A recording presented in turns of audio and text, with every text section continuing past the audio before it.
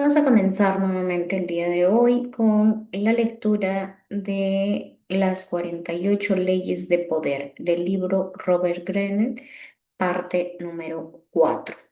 Ya estamos de hecho en el libro, acá estamos en la sexta ley. La sexta ley nos habla de busque llamar la atención a cualquier precio. Qué importante, y vamos a ver en qué exactamente nos explica para ir compartiendo experiencias, quizás interpretaciones o algunos puntos de vista que nos puedan ayudar. Criterio. Todo es juzgado por su apariencia. Lo que no se ve no cuenta. Nunca acepte perderse en el anonimato de la multitud o ser sepultado por el olvido. Ponga toda su fuerza en destacarse. Conviértase en un imán que se concentre la atención de los demás, mostrándose más grande, más atractivo, más misterioso que la gran masa tímida y anodina. Rodee su nombre de sensacionalismo y escándalos. Llame la atención sobre su persona, creando una imagen inolvidable, incluso controvertida.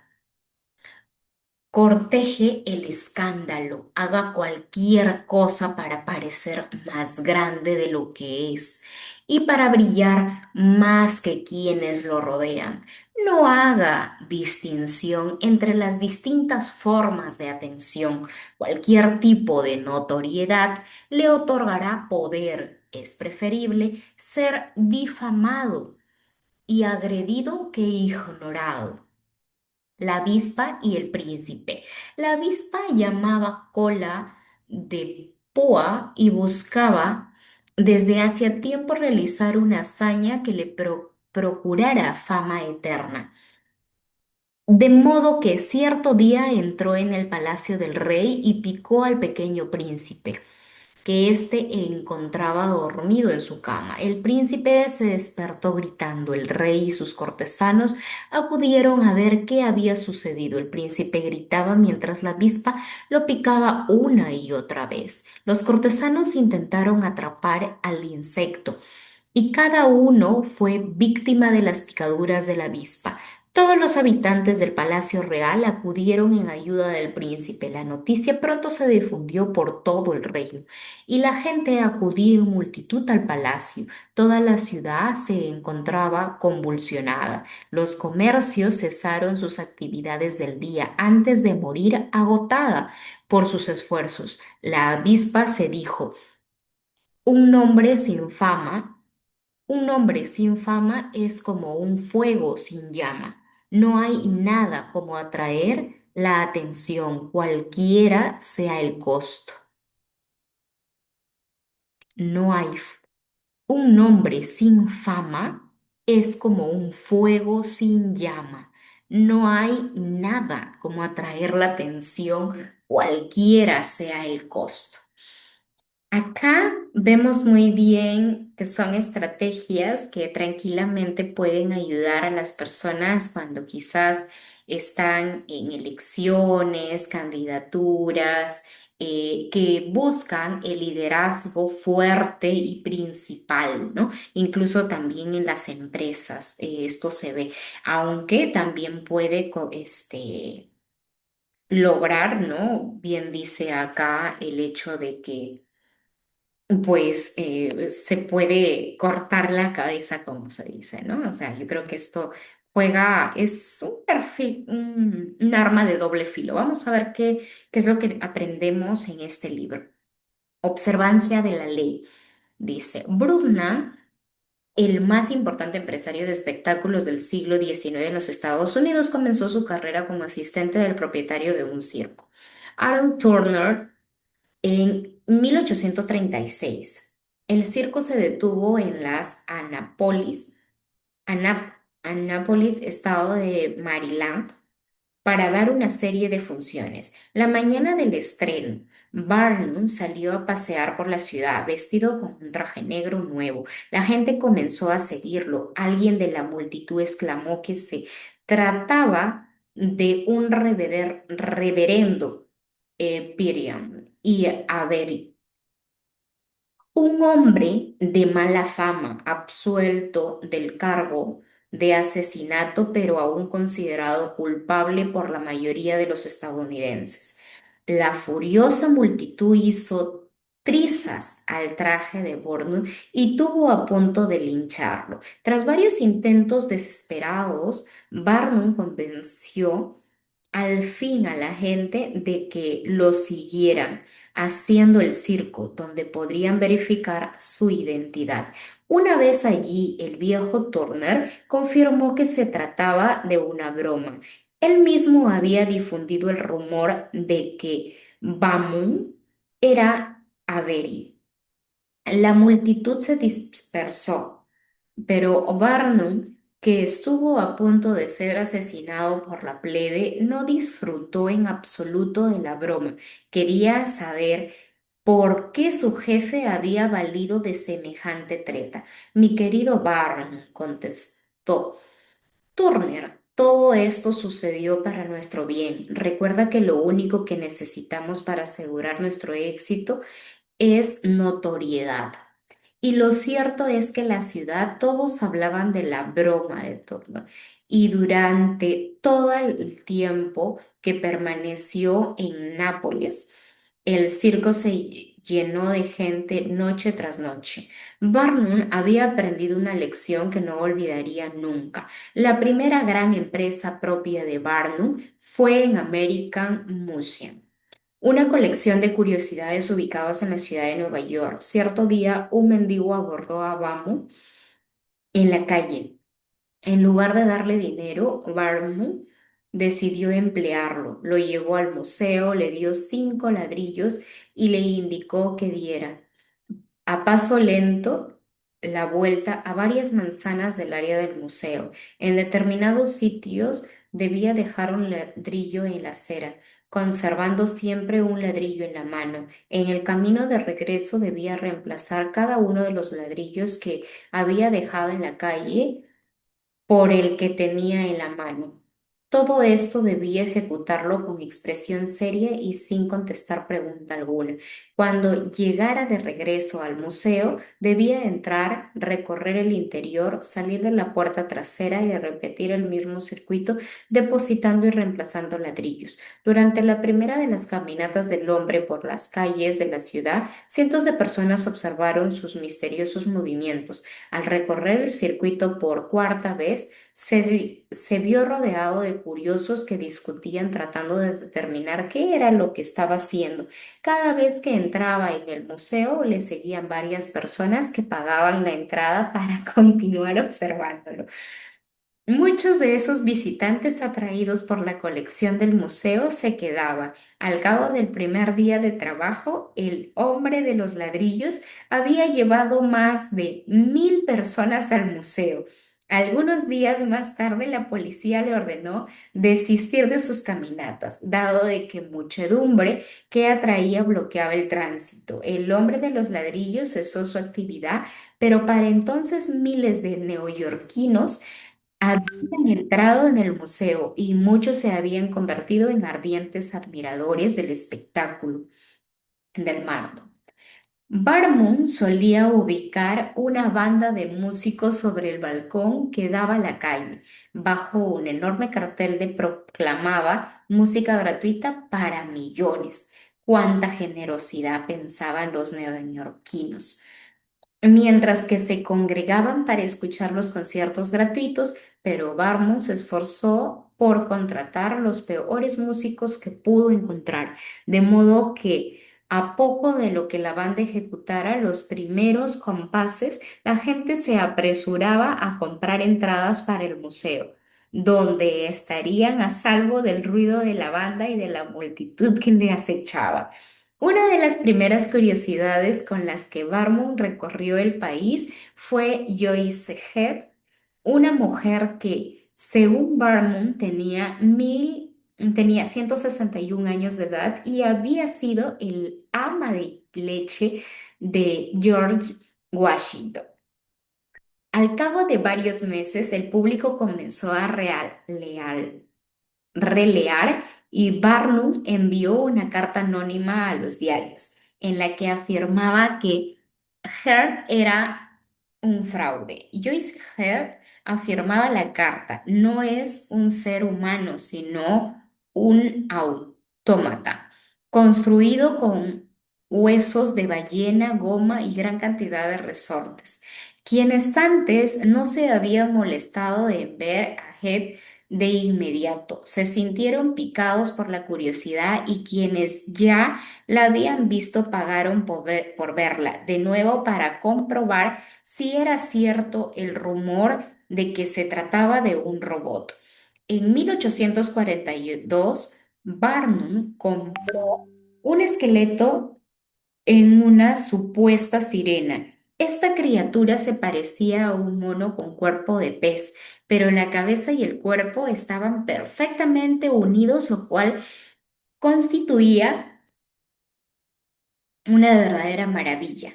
Tras algunas investigaciones, Barnum comprobó que el extraño ser había sido armado en Japón, donde el fraude había causado gran revuelo. A pesar de conocer la verdad, Barnum publicó artículos en los diarios de todo el país para anunciar la captura de una sirena de Islas Fiji.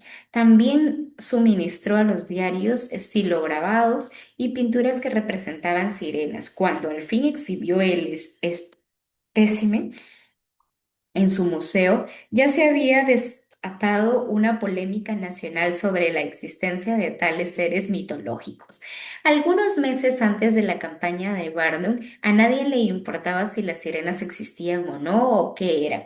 No obstante, de pronto todo el mundo comenzó a hablar de las sirenas como si fuesen reales. Las multitudes afluyeron en cantidades que marcaba todo el récord para ver a la sirena de las Islas Fiji y escuchar los debates sobre el tema. Algunos años más tarde, Barnum realizó una gira por Europa en el General Tom Thumb, un enano de 5 años oriundo de Connecticut, de quien Barnum afirmaba que era un niño inglés de 11 años de edad al que él había entrado para que hiciera varias proezas circenses. Durante aquella gira, el nombre de Barnum concitó con tal atención del público que la reina Victoria, paradigma de la sobriedad, exigió que llevaran al talentoso enano del palacio de Buckingham para una audiencia privada. La prensa inglesa trató de poner en ridículo a Barnum, pero la sirena Victoria se divirtió muchísimo en él y siguió restándolo siempre. Qué interesante, cabemos que esta estrategia definitivamente no solamente se puede usar en tema de del tema profesional, sino también se puede usar, bueno, y se usa muchísimo hoy en día en el marketing, ¿no? La primera historieta cuando nos decían que era el loco que iba con los ladrillos y dejaba, ¿no? Y la gente estaba como que curiosa y luego entraba pues a este museo, ¿no? Y compraba muchos. ¿Cómo es que hemos visto que hoy en día se usa bastante en el marketing, ¿no? Entonces, creo que es una herramienta bastante buena, definitivamente, si lo que se quiere es llamar la atención, que luego ya de repente hasta hacer negocio, ¿no?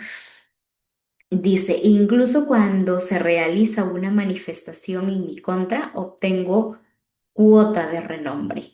Claro, definitivamente. El artista de la corte, una obra que se presentará voluntariamente a un príncipe debería ser especial en algún aspecto. El artista mismo podría también tratar de atraer la atención de la corte a través de su comportamiento. Según el criterio de Varas, Sodoma era bien conocido tanto por sus excentricidades personales como por su fama del buen pintor, dado que el Papa León V hallaba el placer en esa clase de individuos extraños y extravagantes. Nombró caballero a Sodoma, lo que hizo que el artista se trastornara por completo. A Van Mander le resulta extraño que los productos experimentales de Cornelis Kettel, pintados con la boca y los pies, fueran comprados por personas distinguidas, simplemente por su curiosidad y sin embargo, Kettel solo agregaba una variación a experimentos similares realizados por Tiziano. Hugo da Capri y Palma Giovanni, que según Bocchini pintaban con los dedos porque deseaban imitar el método utilizado por el creador supremo. Van Manter informa que Gossard atraía la atención del emperador Carlos V vistiéndose un fantástico disfraz de papel. A hacerlo adoptaba la táctica empleada por Dinócrates, de quien se afirma que a fin de poder acercarse a Alejandro Magno, cierta vez apareció con el disfraz de Hércules desnudo, mientras que el monarca estaba presidiendo juicios. Vamos a ver la interpretación. Dice, Barnum comprendió la verdad básica referente a concitar la atención. Una vez que la mirada de la gente se ha fijado en usted, usted adquiere una validez particular. Para Barnum, generar un interés significaba generar una multitud. Como escribiría más tarde, toda multitud tiene su lado positivo. Una multitud tiende a actuar como un conjunto. Si una persona se detiene a mirar al mendigo que coloca los ladrillos en la calle, otros harán lo mismo. Se juntarán como la pelusa bajo los muebles. Luego bastará con un leve impulso para que entren al museo y presencien el espectáculo. Para comprobar una multitud hay que hacer algo diferente y extravagante. Cualquier cosa extraña servirá en este propósito porque las multitudes sienten una atracción magnética por lo insólito y lo inexplicable. Una vez que haya logrado captar la atención de la gente, no lo pierda, ni esa atención se desvíe hacia otro, será a expensas de usted. Barnum no tenía reparos en robar a sus competidores la atención de las masas, pues sabía que constituía un bien muy valioso. Al principio de su ascenso en la cumbre, invierta toda su energía en atraer la atención. Y a lo más importante de todo, la calidad de esta atención es irrelevante. Por malas que fueran las críticas recibidas, por más alevosamente personales que fueran los ataques a sus fraudes. Barnum nunca se quejaba si el crítico de algún diario lo destrozaba con particular saña. Barnum se aseguraba de invitarlo a su siguiente estreno y darle el mejor asiento en la sala. Él mismo solía escribir ataques anónimos a las obras, solo para que su nombre no dejara ninguna de aparecer en los diarios. Desde la perspectiva de Barnum, la atención no importa si negativa o positiva era el principal ingrediente de su éxito, el peor destino de un hombre que ansía obtener fama y gloria, por supuesto, es ser ignorado.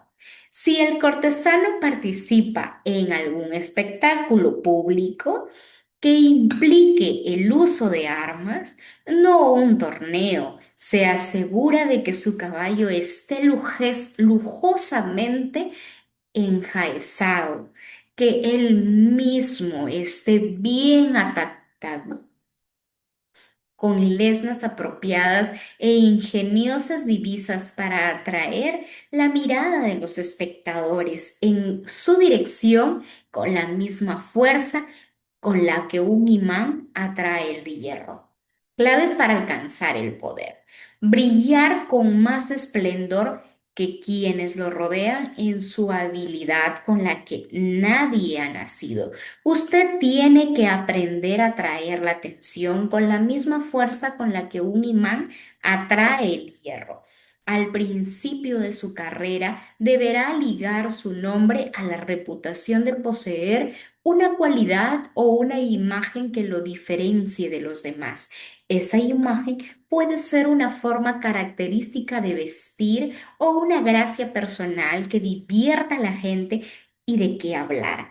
Una vez establecida su imagen, usted poseerá una apariencia, un lugar en el cielo para su estrella. Es un error muy común suponer que esa apariencia peculiar suya no debe ser controvertida, que ser atacado por los demás es algo malo, nada más lejos de la verdad. Para evitar ser uno más del montón o que su notoriedad sea eclipsada por otro. No deberá discriminar entre los diversos tipos de atención. A largo plazo, cualquier clase de notoriedad obrará a su favor. Como hemos visto, Barnum recibía complacidos los ataques personales y no sentía necesidad de defenderse. Cortejaba adhere, adhere la imagen de ese fraude. En la corte, Luis XIV había muchos escritores y artistas talentosos, grandes bellezas, hombres y mujeres de virtud impecable, pero a nadie se hablaba más que el singular duque de Lauzun. Era de baja estatura, casi enano, y tenía tendencia a comportarse de manera muy insolente. Se acostaba con la amante del rey e insultaba abiertamente, no solo a los demás cortesanos, sino al propio rey. Luis XIV, sin embargo, estaba tan encantado con las excentricidades. Era simple, el extraño carácter del duque atraía la atención. Una vez que la gente había caído bajo a su fascinación, quería tenerlo cerca a toda costa. La sociedad adora las figuras sobredimensionadas, a los individuos que se destacan por encima de la mediocridad general. Por lo tanto, nunca tema las cualidades de los que distinguen y que llame la atención por su persona. Corteje la controversia e incluso el escándalo. Es mejor ser agredido o difamado que ignorado. Esta ley rige para todas las profesiones y todos los profesionales deben tener algo teatral en su comportamiento. El gran científico Thomas Edison sabía que para recaudar fondos debía permanecer a toda costa en la mira del público, casi tan importante como sus inventos. Era la forma en que les presentaba al público y atraía la atención.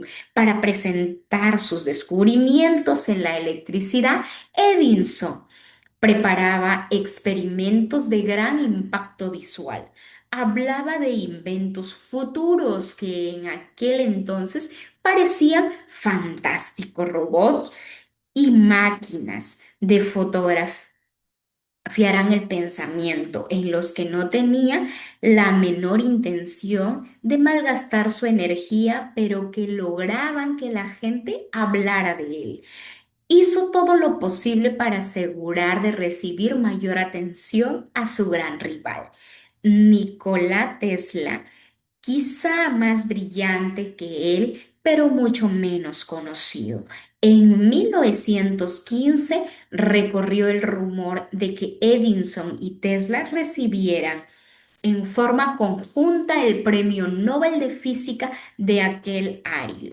Sin embargo, el premio fue otorgado a dos físicos ingleses. Solo más adelante se supo que el Comité de Premio Nobel había abordado a Edison, pero que éste se había rehusado a compartir el premio con Tesla.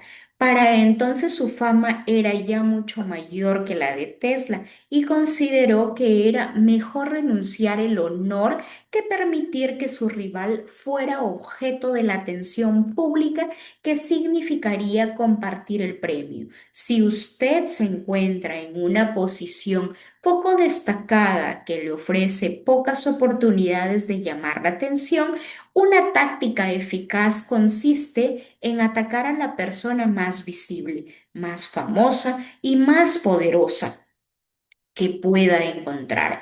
Cuando Pietro Aretino, un joven sirviente romano de principios del siglo XVI, quiso llamar la atención como poeta, decidió publicar una serie de versos satíricos ridiculizando al Papa y su efecto por un elefante.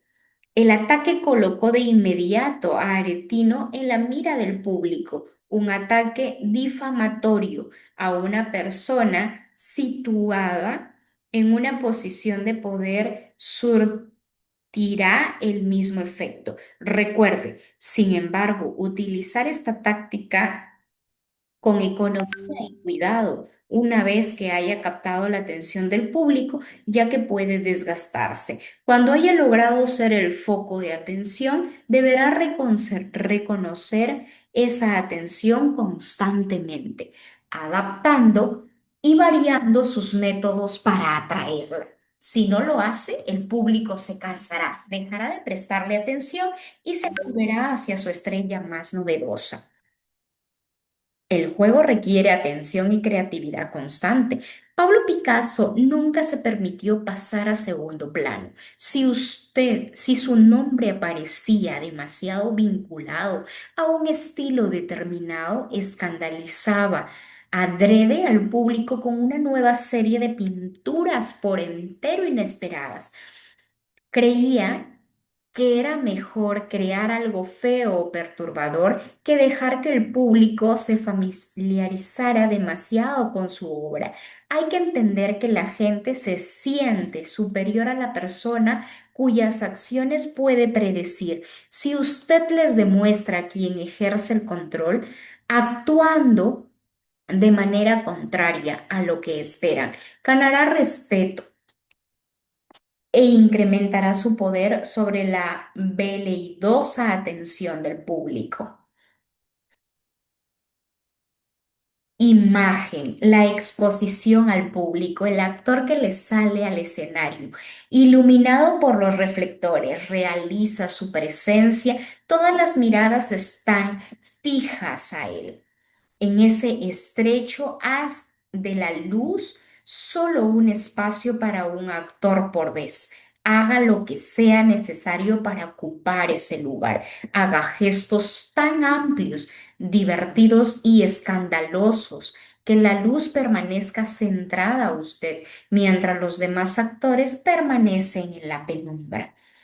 Autoridad, sea ostentoso y hágase ver.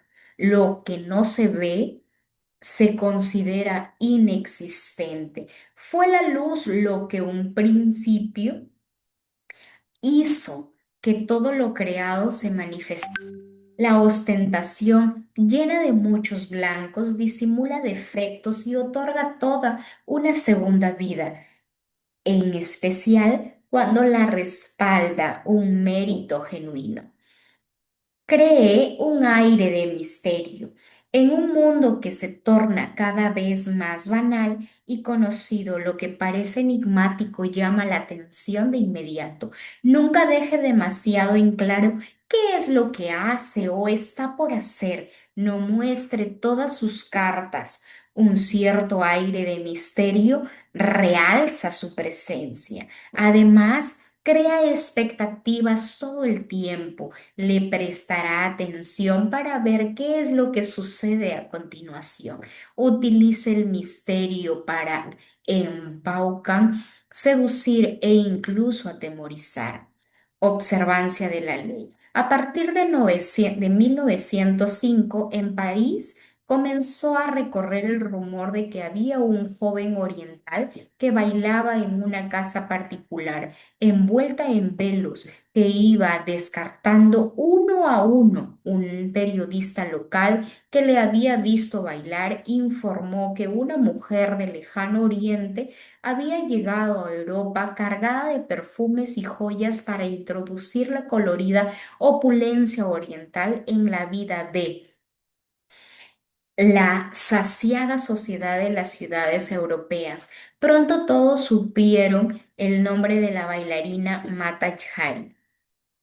Al principio de aquel árido, durante el invierno, un pequeño y selecto público solía reunirse en un salón repleto de estatuas índoas y otras reliquias, mientras una orquesta tocaba música inspirada en melodías hindúes y javanesas.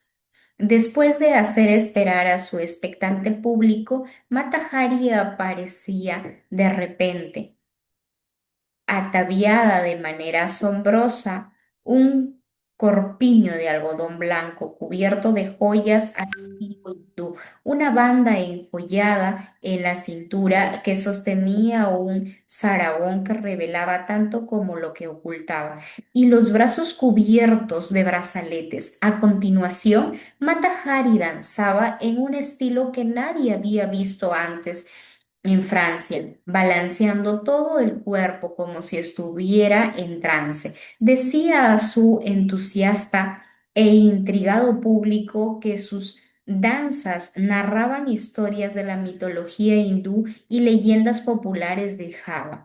Pronto la crema innata de la sociedad parinisiense y embajadores de países lejanos competían por ser invitados al salón en el cual, según se rumoreaba, Mata Hari presentaba danzas sagradas, bailando desnuda. El público quería saber más de ella. Mata Hari dijo a los periodistas que en realidad era de origen holandés, pero que se había criado en Java. También hablaba de su vida en la India, donde había aprendido las danzas sagradas hindúes y donde las mujeres saben tirar con precisión, andan a caballo, hacen cálculo logarítmico y hablan en filosofía, llegando al verano en 1905 a pasear. De a pocos parisienses habían visto bailar a Mata Hari, su nombre estaba en boca de todos. A medida que Mata Hari iba concediendo más entrevistas, la historia de sus orígenes cambiaba constantemente. Decía que se había criado en la India, en su abuela era hija de una princesa de Java que había crecido en Sumatra, donde había vivido a caballo con una arma en la mano, arriesgando la vida. Nadie sabía nada a ciencia cierta sobre ella, pero en los periodistas no les importaba demasiado esos cambios en su historia. La comparaban con una diosa hindú, una criatura salida de las páginas de Baudelaire y todo cuanto la imaginación quería ver en aquella misteriosa mujer oriental. En agosto de 1905, Mata Hari se presentó por primera vez en público. Las multitudes que se apiñaban para verla la noche del estreno causaron un verdadero tumulto. La bailarina oriental se había convertido en un objeto de culto que dio origen a numerosas imitaciones. Un crítico de la época escribió: Mata Hari personifica la poesía de la India y su misticismo, su voluptuosidad y su mágico encanto. Otro comentó: si la India posee tesoros inesperados como este, todos los franceses emigrarán hacia las orillas de los Ganges. Pronto la fama de Mata Hari y sus danzas sagradas indias se extendieron más allá de las fronteras de París. La invitaron a Berlín, Viena, Milán. Durante los años siguientes actuó en toda Europa. Se codeó con los más altos círculos sociales y ganó dinero suficiente como para disfrutar de una independencia pocas veces conocida por una mujer de aquella época. Hacia el final de la Primera Guerra Mundial, la arrestaron en Francia y condenaron y ejecutaron por ser una espía alemana. Solo durante el juicio se supo la verdad. Matahan no era ni de Java ni de la India. No se había criado en Oriente ni llevaba una gota de sangre oriental en sus venas. Su verdadero nombre era Margaret Cel y provenía de la tranquila provincia de Fries, en el norte de Holanda. Interpretación. Cuando Margaret Celi llegó a París en 1904, tenía medio franco en el bolsillo. Era una de las miles de las hermosas jovencitas que todos los años llegaba a París para trabajar como modelos y artistas plásticos, bailarinas y clubs nocturnos o integrantes de Folies de Bergerac.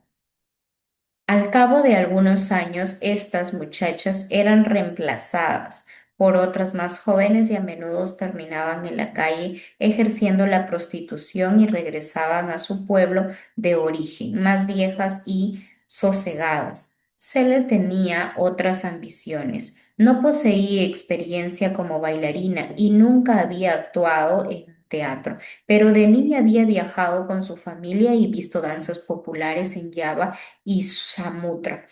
Comprend-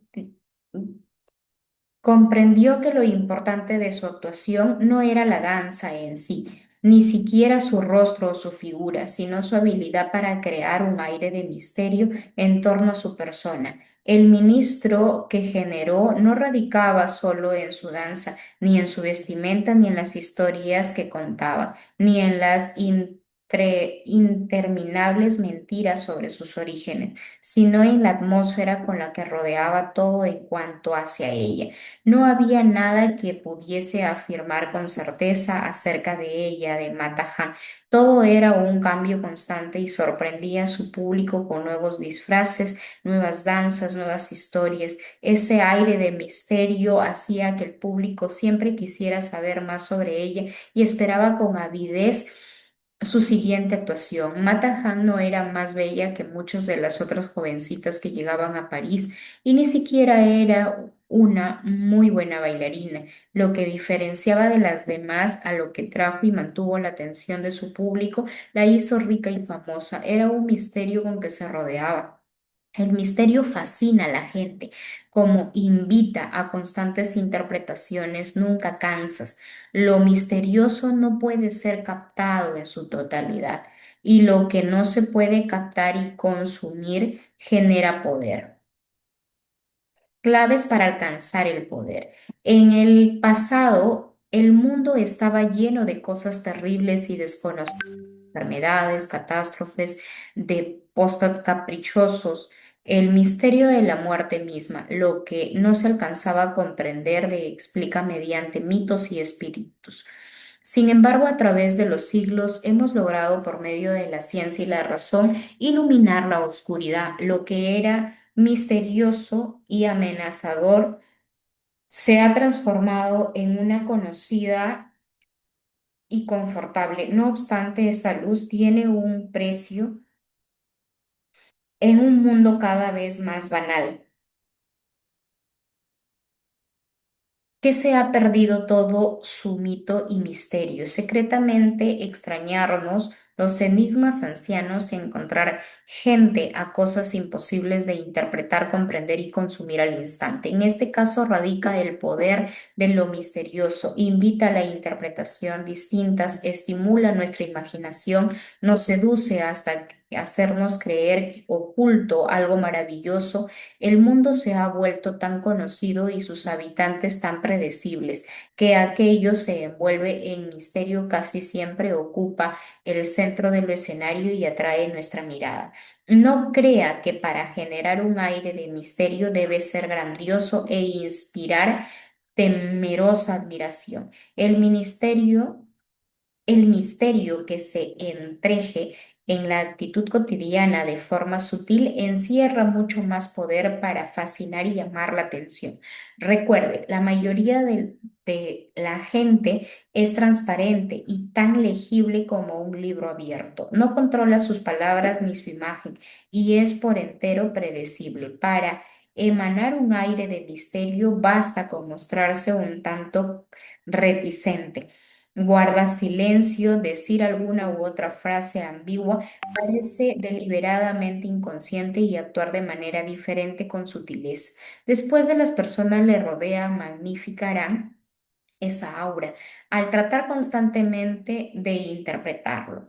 Tanto los artistas como los embaucadores comprenden la relación vital que existe entre ser misterioso y atraer al interés de los demás. El conde Víctor Lustig es el aristócrata de los estafadores. Era un maestro en ese juego. Siempre hacía cosas que se apartaban de lo tradicional y se parecía carecer de sentido. Se presentaba a los mejores hoteles en la luminosa conducida por un chofer japonés. Nunca nadie había visto un chofer japonés, de modo que resulta algo extraño y exótico.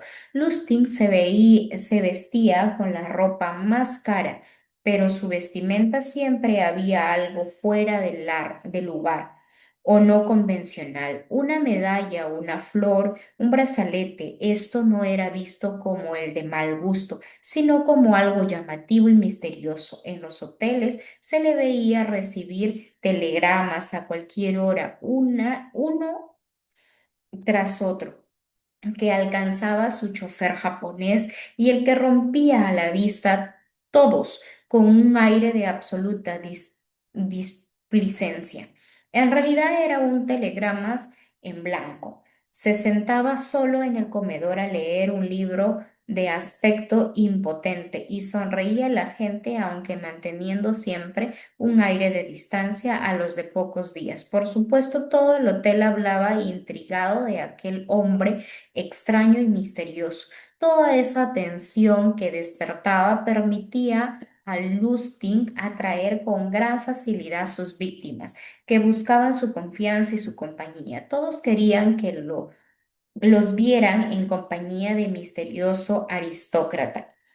Y ante esa enigma de los que los encandilaba, ni siquiera se daban cuenta de que eran tímidos y robados. Un aire de misterio puede dar el mediocre una apariencia inteligente y profunda. La misteriosa aura que rodeaba a Mata Han, una mujer que no sobresalía ni por su belleza ni por su inteligencia, le hacía parecer una diosa y su danza imbuía la aspiración divina. Un cierto misterio en tomo de artista hace que su obra resalte de inmediato más interesante.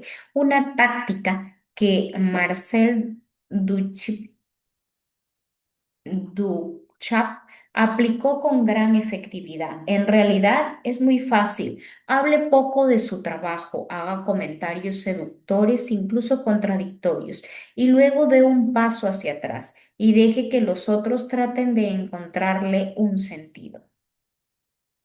Hable poco de su trabajo, haga comentarios seductores, incluso contradictorios, y luego dé un paso hacia atrás y deje a los otros traten de entenderle un sentido. Las personas misteriosas ubican a los demás en una especie de posición de inferioridad que surge del intento de interpretarlas. También pueden provocar el temor que rodea todo lo incierto y desconocido y controlar el grado en el que generan dicho temor. Todos los grandes líderes saben que un aire de misterio llama la atención sobre su persona y genera una presencia imitadora. Mao Zedong, por ejemplo, cultivó con gran habilidad una imagen enigmática. No le preocupaba parecer incoherente o contradecir sus propias palabras. Por el contrario, el carácter contradictorio de sus actos y palabras le permitió ejercer siempre el control. Nadie, ni siquiera su propia esposa, se sentía que lo comprendía del todo y por lo tanto Mao parecía cada vez más grande y remoto. Esto hacía también que la gente prestara constante atención, ansiosa por saber cuál sería su siguiente jugada si su posición social le impedía volver por completo sus acciones en un aura de misterio. Debería aprender por lo menos a ser menos obvio y transparente. Cada tanto actúe de alguna forma que no condiga con el concepto que tienen de usted quienes lo rodean. Esta es una forma de mantenerlo a defensiva y generar el tipo de atención que le asegure el poder.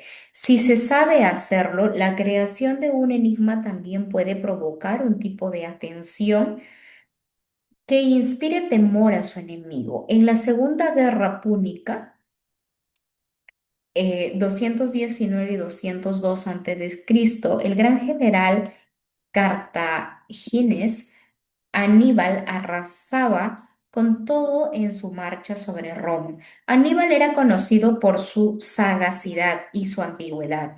Bajo su liderazgo, el ejército de Cartago, aun cuando era menos numeroso que el de los romanos, siempre lograba superarlos. Siempre, sin embargo, en cierta ocasión, los exploradores de Aníbal cometieron un terrible error al conducir a sus tropas hacia un terreno pantanoso, con el mar a sus espaldas. El ejército romano bloqueó los pasos de montaña que conducían al inferior del país. El general Fabio estaba exultante, pues por fin había logrado atrapar a Aníbal. Apostó a sus mejores centinelas en los pasos y elaboró un plan para destruir las fuerzas del Cartagenes. Pero en medio de la noche, los centinelas vieron un espectáculo misterioso. Una enorme procesión de luces subía por la montaña. Eran miles y miles de luces. Así, aquello era el ejército de Aníbal. Parecía como si de pronto se hubieran duplicado. Los centinelas discutieron aceleradamente acerca del significado de aquello. El ejército cartageniense había recibido esfuerzos por vía marítima. Había tropas ocultas por las zonas. Eran fantasmas. Ninguna explicación parecía tener sentido. De pronto, mientras los centinelas romanos observaban, la montaña se cubrió de fogatas, al tiempo que un horrendo ruido como el de resonar los millones de cuernos le llegaba desde el valle. Convencidos de que se trataba de demonios, los centinelas, los más bravos y prudentes del ejército romano, huyeron aterrados, abandonando sus posiciones. Al día siguiente, Aníbal había logrado escapar de los pantanos. ¿Cuál había sido su estratagema?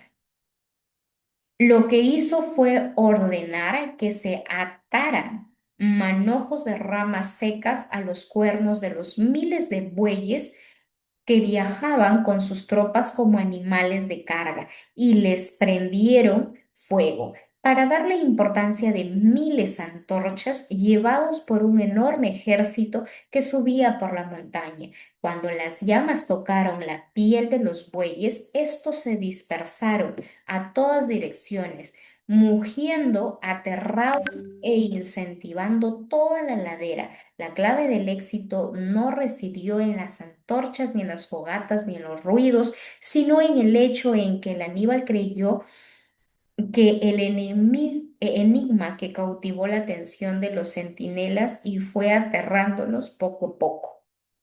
Desde la cima de la montaña no se había forma de explicar el extraño y sorprendente espectáculo. Si los centinelas hubiesen conocido la explicación, habrían permanecido en sus puestos. Cuando usted se sienta atrapado o acorralado en una situación, en una actitud defensiva, ensaye algo muy simple. haga algo que los demás no pueden explicar o interpretar como facilidad. Elija algo simple, pero llévelo a cabo de forma tal que desconcierte a su contrincante y que puede interpretarse de varias maneras diferentes, lo cual disimulará las verdaderas intenciones. No sea simplemente impredecible, aunque esta táctica también puede resultar exitosa. Vea la ley número 18. Al igual que Aníbal, procuraré crear una escena imposible de interpretar. Así dará la impresión de que su locura carece de método, sentido o explicación. Explicada de la manera correcta, esta táctica inspira temor y hará que los centinelas abandonen, temblando de miedo, sus posiciones. Podríamos denominarla la táctica de la locura simulada en Hamlet, ya que este personaje la utiliza de forma muy eficaz en la obra de Shakespeare,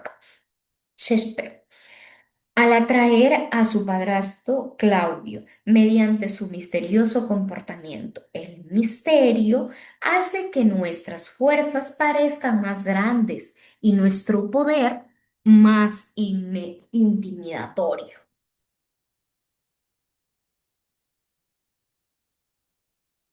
La imagen, la danza de los velos envuelven a la bailarina, lo que revela excita, lo que oculta aumenta el interés. La esencia es misterio. Autoridad. Si no se manifiesta de inmediato, generará expectativas. Incluye una cuota de misterio en todos sus actos y ese misterio generará veneración. Y cuando explique, no sea demasiado explícito. De esa manera, imitará el accionar divino.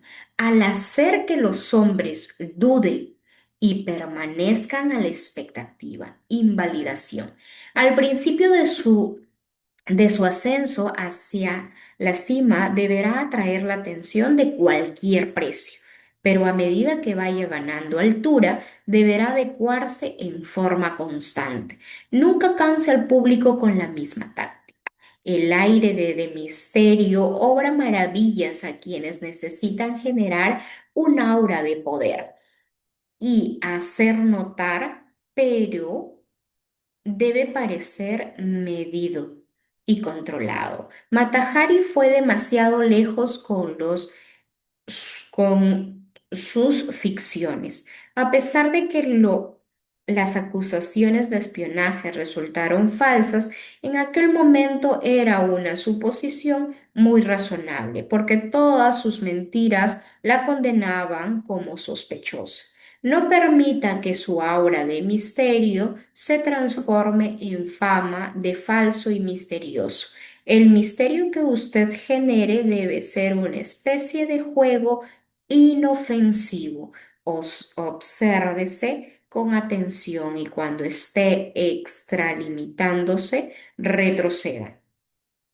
Hay momentos en que se debe postergarse la necesidad de llamar la atención, cuando lo menos deseable es generar escándalo o notoriedad. La atención que usted consi- concite nunca deberá ofender o desafiar la reputación de sus superiores, sobre todo si la posición de estos es firme. En comparación con ellos, usted no solo parecerá mezquino, sino desesperado. Es todo un arte saber llamar la atención y cuándo dar un paso hacia atrás. Lola Montes fue una maestra en el arte de llamar la atención y logró ascender desde su entorno, la clase media irlandesa, hasta llegar a ser amante de Franz Inglis y luego amante y asesora política del rey Luis de Baviera. Sin embargo, su madurez perdió la prudencia. En 1850, Lourdes estaba prevista una representación de Macbeth en Shakespeare con la actuación de actor más famoso de aquel tiempo, Charles John Kenny, toda una persona de cierta importancia de la sociedad británica asistiría a la función. Se corría el rumor de que hasta la reina Victoria y el príncipe Alberto aparecían en público para la ocasión.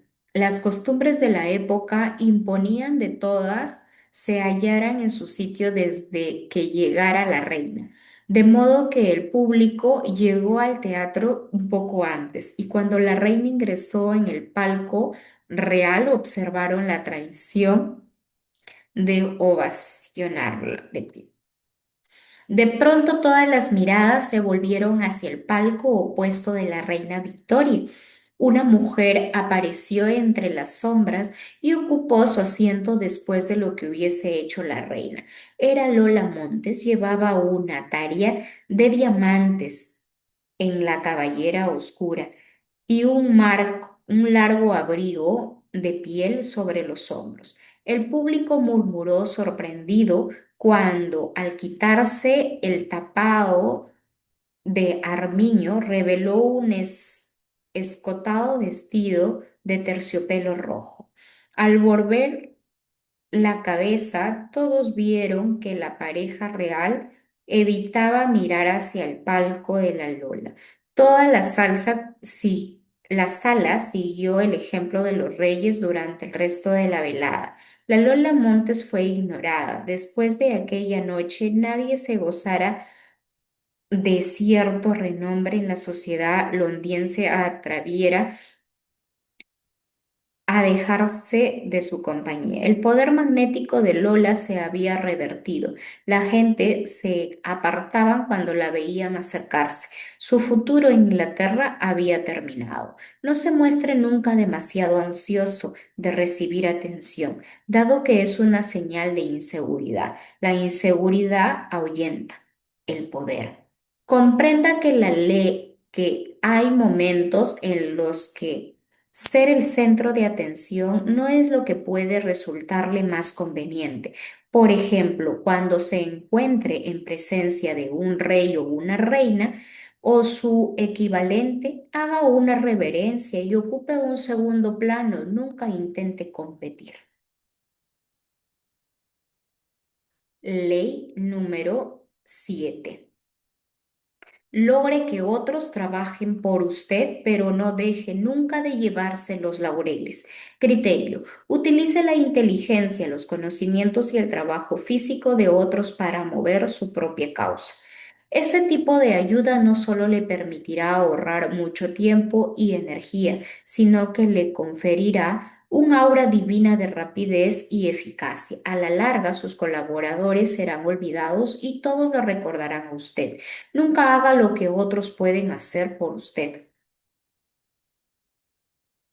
La tortuga y el elefante y el hipopótamo. Cierto día la tortuga se encontró con el elefante que le gritó, Sal de mi camino, debilucho insignificante. Corres peligro de que te pise. La tortuga no le temía y se quedó donde estaba, de modo que el elefante la pisó, pero no logró aplastarla. No fanfarronees con tu fuerza, señor elefante, pues yo soy tan fuerte como oír, dijo la tortuga. Pero el elefante le contestó con una carcajada burlona, de modo que la tortuga le pidió que volviese a la misma colina a la mañana siguiente. Al día siguiente, antes de la salida del sol, la tortuga bajó por la colina hacia el río y donde se encontró con el hipopótamo, que estaba por entrar al agua después de su pastoreo nocturno. Señor hipopótamo, ¿tienes ganas de hacer una competencia de fuerza conmigo, tirando cada uno del extremo de una cuerda? Te apuesto que soy tan fuerte como tú, dijo la tortuga. El hipopótamo se echó a reír, pero accedió. La tortuga, que había llevado una larga cuerda, le indicó que la sostuviera en la boca hasta que ella le diera señal de tirar. gritando ya. De inmediato la tortuga subió de nuevo a la colina, donde se encontró el elefante, impaciente. Por la tardanza, la tortuga le dio el extremo de la cuerda y le dijo, cuando diga ya, tiras con toda la fuerza y verás quién de nosotros es el más fuerte. Acto seguido bajó hacia la mitad del camino hacia el río y se detuvo en el sitio donde no podían ver el hipopótamo ni el elefante y gritó, ya, el elefante y el hipopótamo tiraron con todo su vigor, pero ninguno logró hacer mover el otro, ya que ambos tenían la misma fuerza. Cada uno, por su parte, tuvo que admitir que la tortuga, que ella era tan fuerte como él. Nunca haga lo que otros pueden hacer por usted. La tortuga dejó que otros hicieran el trabajo y ella se llevó los laureles. ¿Mm? Sin duda, si el cazador confía en seguridad de su carruaje, utiliza las patas de 6 caballos y hace que Wang Ling sostenga las riendas, no se cansara y resultara fácil de alcanzar a los animales más veloces. Pero si rechazara la ventaja de representar el carruaje, renunciará las últimas patas de sus caballos y la habilidad de Wang Ling y dispusiera a correr tras los animales. No lograría alcanzarlos jamás, por más que sus piernas fuesen tan veloces como las de Lou Chi. De hecho, si se utilizan buenos caballos y un carruaje fuerte, hasta un simple ciervo sería capaz de cazar animales. Ahora vamos a leer todo la transgresión y observancia de la ley. En 1833, un joven científico, siervo llamado Nikola Tesla, trabajaba para la división europea de Continental Edison Company. Como era un brillante inventor, Charles Batchelor, jefe del planta y amigo personal de Thomas Edison, le persuadió de que probara fortuna a los Estados Unidos y le dio una carta de presentación para el mismo Edison. Así fue como comenzó para Tesla una vida de problemas y tribulaciones que perduró hasta su muerte. Cuando Tesla se presentó ante Edison en Nueva York, el célebre inventor le contrató de inmediato. Tesla trabajaba 18 horas por día para encontrar diversas maneras de mejorar los primitivos generadores de Edison. Al fin propuso rediseñados por completo. A Edison el trabajo le parecía una tarea monumental que podría insumir años durante los cuales no habría rentabilidad alguna, pero le dijo a Tesla, hay $50,000 para usted, si es que puedo hacerlo. Tesla trabajó un día y noche en el proyecto y al cabo de solo un año produjo una versión muy mejorada del generador. Con controles automáticos, se presentó ante Edison para darle la buena noticia y cobrar sus $50,000. Edison, muy satisfecho con la mejora, por la cual su empresa se llevaría los laureles. Pero en cuanto surgió el tema del dinero, le dijo al joven serbio, Tesla, usted no entiende nuestro humor estadounidense y solo le concedió un pequeño aumento de salario. La obsesión de Tesla era crear un sistema eléctrico de corriente alterna. Edison, que creía firmemente en el sistema de corriente continua, no solo se negó de apoyar las investigaciones de Tesla, sino que más adelante hizo todo lo posible para sabotearlo. Tesla se dirigió al gran magnate de Pittsburgh, George Westinghouse, que había fundado su propia compañía de electricidad. Westinghouse financió la totalidad de la investigación de Tesla y le ofreció un generoso acuerdo de regalías sobre ganancias futuras.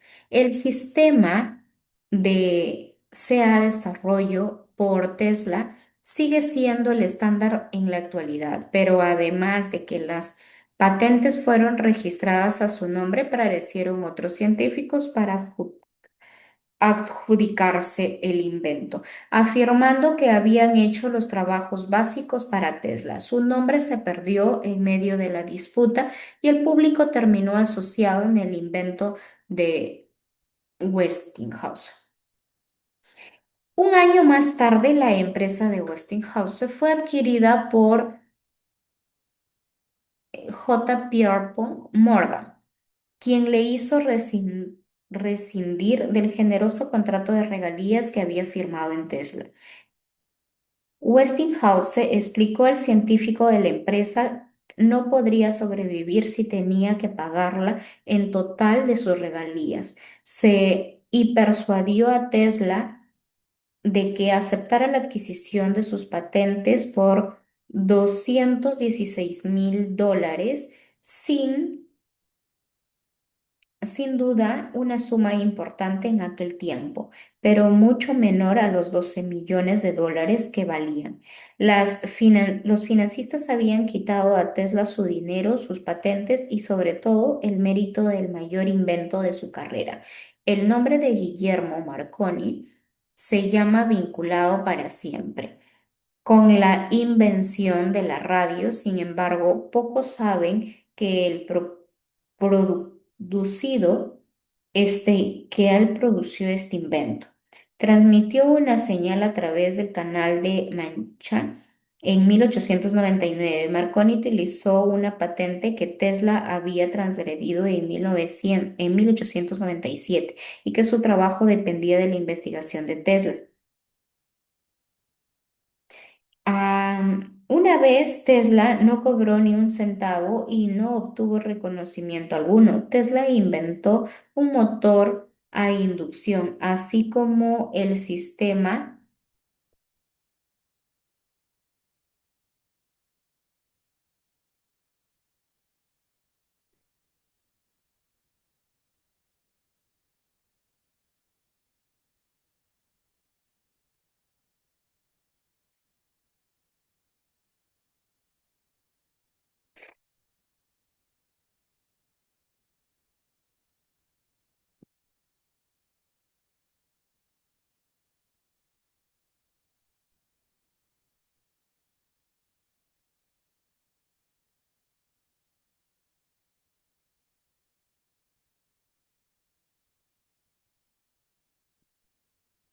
Sin embargo, pocos saben persuadir este invento.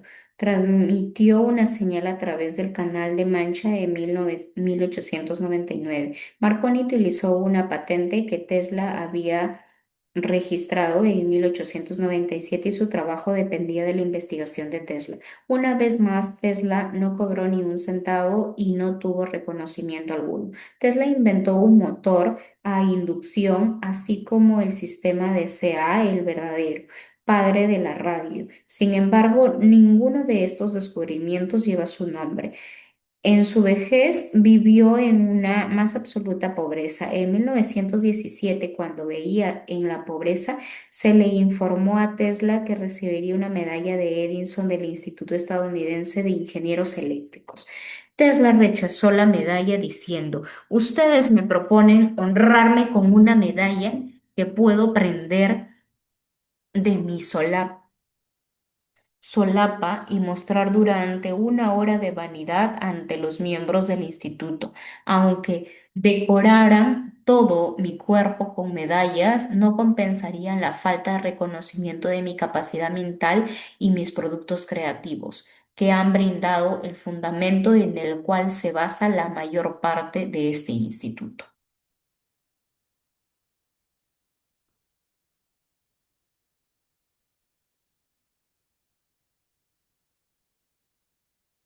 Interpretación. Muchos albergan la ilusión de que la ciencia, al manejarse con hechos, está más allá de las mezquinas rivalidades que agligen el resto del mundo.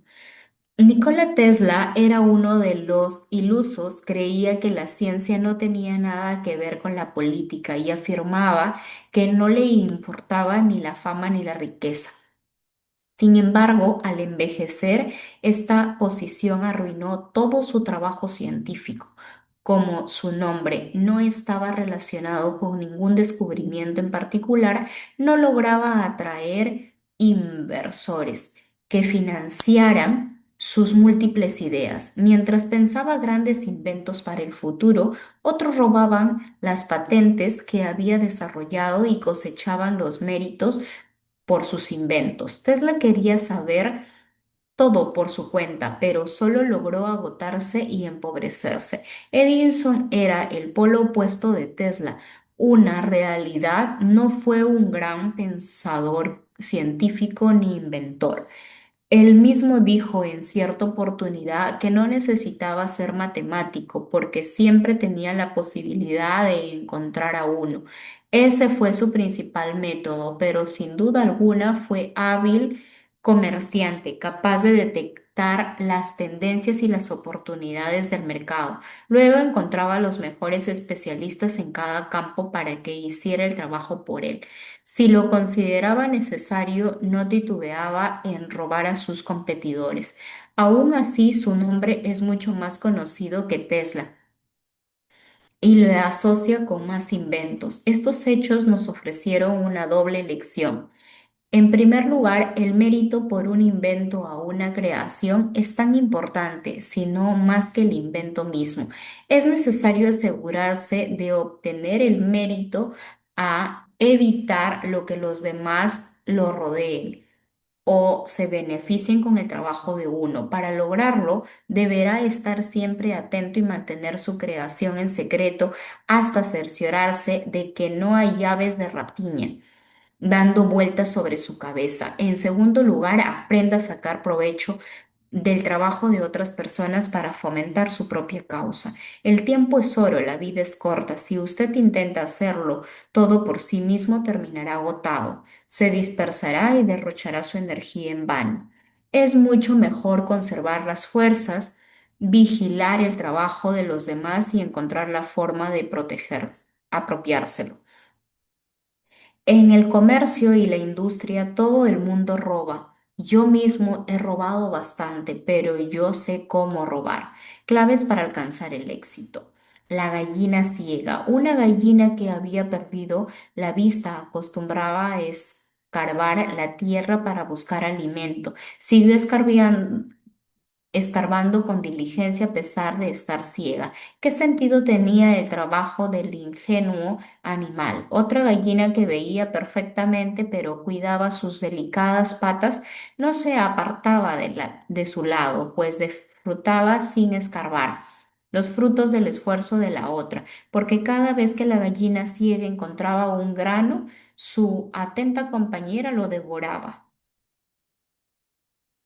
Claves para alcanzar el éxito. En el mundo el poder rige la ley de la selva. Hay quienes viven de la cabeza y hay quienes, como las hienas o las aves carroñeras, viven de la cabeza de los demás. Estos últimos menos creativos y a menudo son incapaces de realizar el trabajo esencial y necesario para generar poder. Sin embargo, pronto comprenden que si esperan lo suficiente, siempre encontrarán otro animal que haga el trabajo por ellos. No sea ingenuo. En este preciso instante en que usted está trabajando afanosamente en un proyecto, esos buitres están saboreándolo para ver cómo pueden hacer para sobrevivir e incluso prosperar con la creatividad de usted. Es inútil quejarse o amargarse, como lo hizo Tesla. Lo mejor es protegerse y adecuarse al juego. Una vez que haya establecido una base de poder, conviértase también usted en buitre y ahórrese mucho tiempo y energía de los dos polos opuestos que entran en ese juego. Uno puede ilustrarse con el ejemplo de explorador vasco Núñez de Balboa. Balboa tenía una obsesión, descubrir el Dorado, una ciudad legendaria de enormes riquezas. A los principios del siglo XIX, XVI, después de sufrir incontables penurias y hallarse muchas veces al borde de la muerte, encontró las huellas de un imperio grande y muy rico ubicado al sur de México, en lo que hoy es Perú. Pensó que si lograba conquistar el imperio inca y apoderarse de su oro, podría convertirse en segundo Cortés. El problema fue que al tiempo que hacía ese descubrimiento, la noticia de la existencia del imperio inca se extendió entre cientos de otros conquistadores. Balboa no comprendió que la mitad del secreto residía en guardar silencio acerca de su descubrimiento y observar con cuidado a quienes lo rodeaban. Algunos años después de que él descubrió la ubicación del imperio inca, un soldado de su propio ejército, Francisco Pizarro, contribuyó a Balboa fuese decapitado por de falta traición. Luego Pizarro se apoderó de lo que a Balboa le había llevado tantos años encontrar. El otro extremo es el artista de Peter Paul Rubens, quien al cabo de unos años de carrera se vio inundado de encargos. Rubens creó un sistema de trabajo en un gran estudio, empleado docenas y destacan dos pintores, uno especializado en vestimentas, otro en fondos. Así sucesivamente estableció una especie de línea de producción que le permitiría tener en obra la forma simultánea una gran cantidad de telas cuando un cliente importante visitaba su estudio. Rubén despechaba a los pintores contratados. Mientras el cliente lo observaba desde un balcón, Rubén trabajaba con increíble velocidad y energía en un cuadro. El cliente se iba asombrado ante ese hombre prodigioso, capaz de pintar tantas obras maestras en tan poco tiempo. Esta es la esencia de esta ley. Aprenda a conseguir que otros hagan el trabajo por usted, mientras que usted se lleva los laureles y aparenta tener una fuerza y poder casi divinos. Si considera importante hacer usted mismo todo el trabajo, nunca llegará lejos y correrá el destino de los Baldoas o de Teslas en este mundo. Encuentre personas que posean habilidad y la creatividad para la que usted carece. Contrátelas y colóqueles a su propio nombre por encima de ellos. O busque una forma de apropiarse del trabajo que haga. De esta forma, la creatividad será suya y aparecerá como un genio ante el mundo. Hay otra aplicación de esta ley que no exige aprovecharse del trabajo de los contemporáneos. Utiliza el pasado, una enorme fuente de conocimiento y sabiduría. Isaac Newton le denominaba pararse sobre los hombres de los nombres de los gigantes. Con esto quería decir que al hacer sus descubrimientos había construido sobre los logros de los demás. Sabía que era una gran parte de la obra de genio era atribuible y su sagaz habilidad para aprovechar al máximo del descubrimiento de los científicos de la antigüedad, la Edad Media y el Renacimiento. Shakespeare tomó prestado argumentos, caracterizaciones e incluso diálogos de Plutarco, entre otros escritos, dados que sabía que nadie había superado el autor griego en relato a sutiles observaciones psicológicas y citas ingeniosas. A su vez, cuantos autores posteriores han tomado prestado, plagiado y algo de obra de Shakespeare. Todo el mundo sabe que hoy en día son muy pocos los políticos que escriben sus propios discursos con sus propias palabras. No lograrían ganar un solo voto. Toda su elocuencia o su grandeza, mucha o poca, se la deben a quienes escriben los discursos. Otros hacen el trabajo y ellos cosechan los aplausos. La cara positiva de esto es que se trata de un poder accesible para todo el mundo. Aprenda a utilizar el conocimiento del pasado y quedará como un genio, aunque en realidad solo posea gran habilidad para tomar cosas prestadas de quienes lo precedieron. Escritos que han explorado la naturaleza humana, antiguos maestros de la estrategia, historiadores de la estupidez humana, reyes y reinas que han pagado un alto precio por aprender a manejar la pesada carga del poder. Todos estos conocimientos están ahí acumulando polvo, esperando que usted se pare sobre sus hombros. La agudeza de ellos puede ser de usted, la habilidad de ellos puede permanecerle a usted y ninguna de esas figuras volverá a la vida para advertir a la gente que en realidad usted no tiene nada de original. Usted puede arrastrarse por la vida cometiendo infinitos errores y despreciando su tiempo y energía en el intento de hacer cosas a partir de su propia experiencia. O por el contrario, puede usar los ejércitos del pasado. Como dijo Bismarck, una cierta oportunidad. Los tontos dicen que aprenden con su experiencia y yo prefiero beneficiarme con la experiencia de los demás. Imagen, el buitre. De todas las criaturas de la selva, es el que lleva la vida más fácil. El duro trabajo de los demás se convierte en el suyo propio. La incapacidad de sobrevivir de otros se convierte en su alimento. Preste atención al buitre.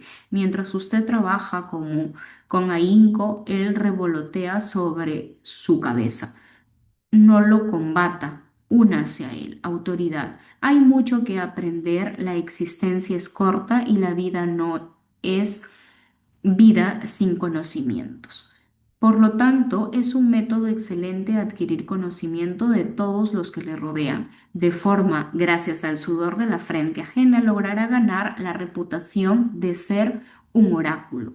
Invalidación. Hay momentos en que adjudicarse el mérito de trabajo realizado por otros no es una forma de proceder inteligente. Si su poder no está establecido con la firmeza suficiente, parecerá que tratará de marginar a los demás. Para ser un brillante explotador de talentos, su propia posición debe ser inolvidable, ya que de lo contrario lo acusarán de fraudulento y engañador. Asegúrese de saber cuándo conviene a sus fines permitir que otros compartan el mérito con usted. Es particularmente importante no ser codicioso cuando se tiene un amo a quien servir. La histórica visita del presidente estadounidense Richard Nixon de la República Popular de China fue un principio su propia idea, pero quizá nunca se hubiese llevado a cabo de no haber sido por la sagaz diplomacia de Henry Kissinger. Y sin la habilidad de Kissinger tampoco habría tenido el éxito que tuvo. Sin embargo, en el momento de repartir méritos, Kissinger permitió que fuese Nixon quien se quedara con la gran parte de los laureles, sabiendo que tarde o temprano la verdad saldría a relucir. Kissinger tuvo mucho cuidado de no poner en peligro su posición en el corto plazo, acaparando la atención, sino que manejó el juego con gran pericia. Se atribuyó los méritos del trabajo y de sus subordinados al tiempo que cedía con generosidad el mérito de su propio trabajo a su superior. Es así como juega este juego. Bien, entonces acá podemos entender cómo es que en este capítulo 7, ¿no? Perdón, en el capítulo 4, la ley 6 y 7 nos explican acerca cómo poder nosotros, uno, primero llamar la atención, ya que la atención buscará aglutinar gente y eso permitirá de repente crear negocios, venta de ellos, llamar la atención como profesionales y desde ahí la audiencia para generar esa autoridad para en tema de liderazgo también, ¿no? Y en la ley número 7 vemos cómo es que tú puedes utilizar de una manera adecuada, yo pienso que ética también, el retribuir, ¿no? O sacar ventaja quizás del trabajo del equipo. Pero yo creo que siempre tiene que ser ético para evitar de repente cualquier afectación, ya que, como se dice, lo que es del César se le tiene que dar al César y es importante también, porque de lo contrario, no solamente es el poder, sino también el cuidado del bienestar de todas las personas, porque yo creo que todos en el fondo buscamos de cierta manera un reconocimiento. Eso fue el capítulo número 4 que nos habló acerca de la ley número 6 y 7. En el siguiente capítulo hablaremos de la ley número 8. Haga que la gente vaya hacia usted y de ser necesario utilice como carnada más adecuada para lograrlo. Me parece que es una de las leyes interesantes para poder seguir aprendiendo.